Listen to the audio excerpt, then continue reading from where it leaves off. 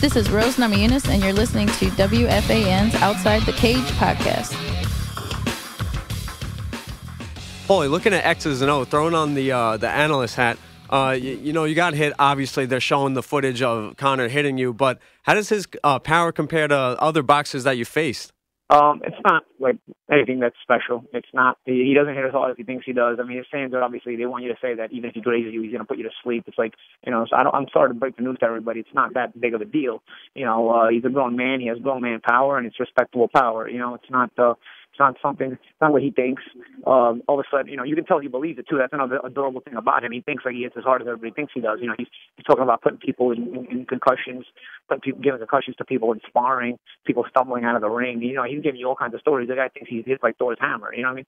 Dealing with boxing now, you're dealing with a sport where it's all striking and it's all punches. So we deal with the best kind of punchers in the world. You're coming to a world where guys know how to throw punches. Guys know how to get the maximum out of their power. So I've dealt with much, much harder power. You know what I'm saying? So where, you realize it's respectable power. He's a grown man, but come on, your power is not really something that, like I said, I'll give you an example. When I got in the ring with him, the second time, especially, his power wasn't something I was thinking about. It wasn't anything that was worrying me or bothering me or thinking. The first time you think, I wonder how this guy's going to hit, because everybody thinks he hits so hard or says he hits so hard. But by the second time we sparred, his power wasn't even close to my mind anymore. Because it wasn't respectable enough for it to be on my mind.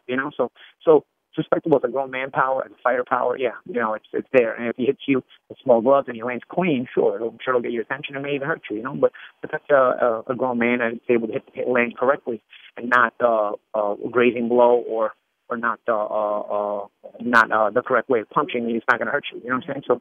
So yeah, he's going to get his respect if he's able to land clean. Just like most grown men are going to get the respect if they're able to land clean. I thought they shot themselves in the foot though. You know why? With the video, I thought they shot themselves in the foot because the problem he has is he's constantly rabbit punching and pushing the head down.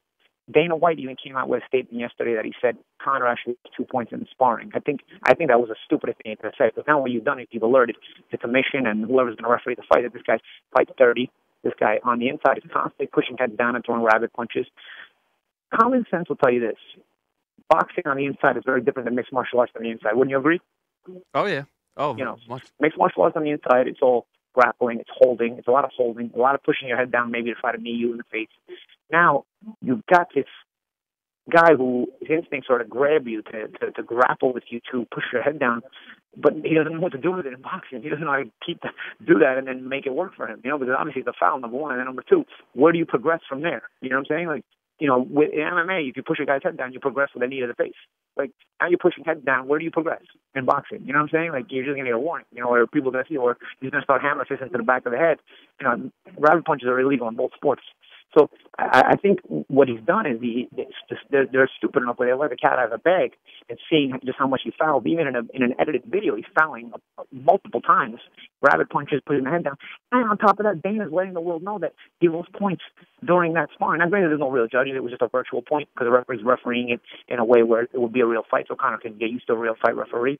But by the fact of the matter remains, Dana just gave it up. The guy fouled so much that he lost points in sparring. So I don't know, man. I think they've shot themselves in the foot more than anything with that footage, and I don't think it was very intelligent, because at the end of the day, like I said, you couldn't give any concurrent time of him dominating any action for a sustained period of time, and out of 36 minutes, and then you've given up your cards as far as there's a lot of fouling, and no referee's going to let you get away with that.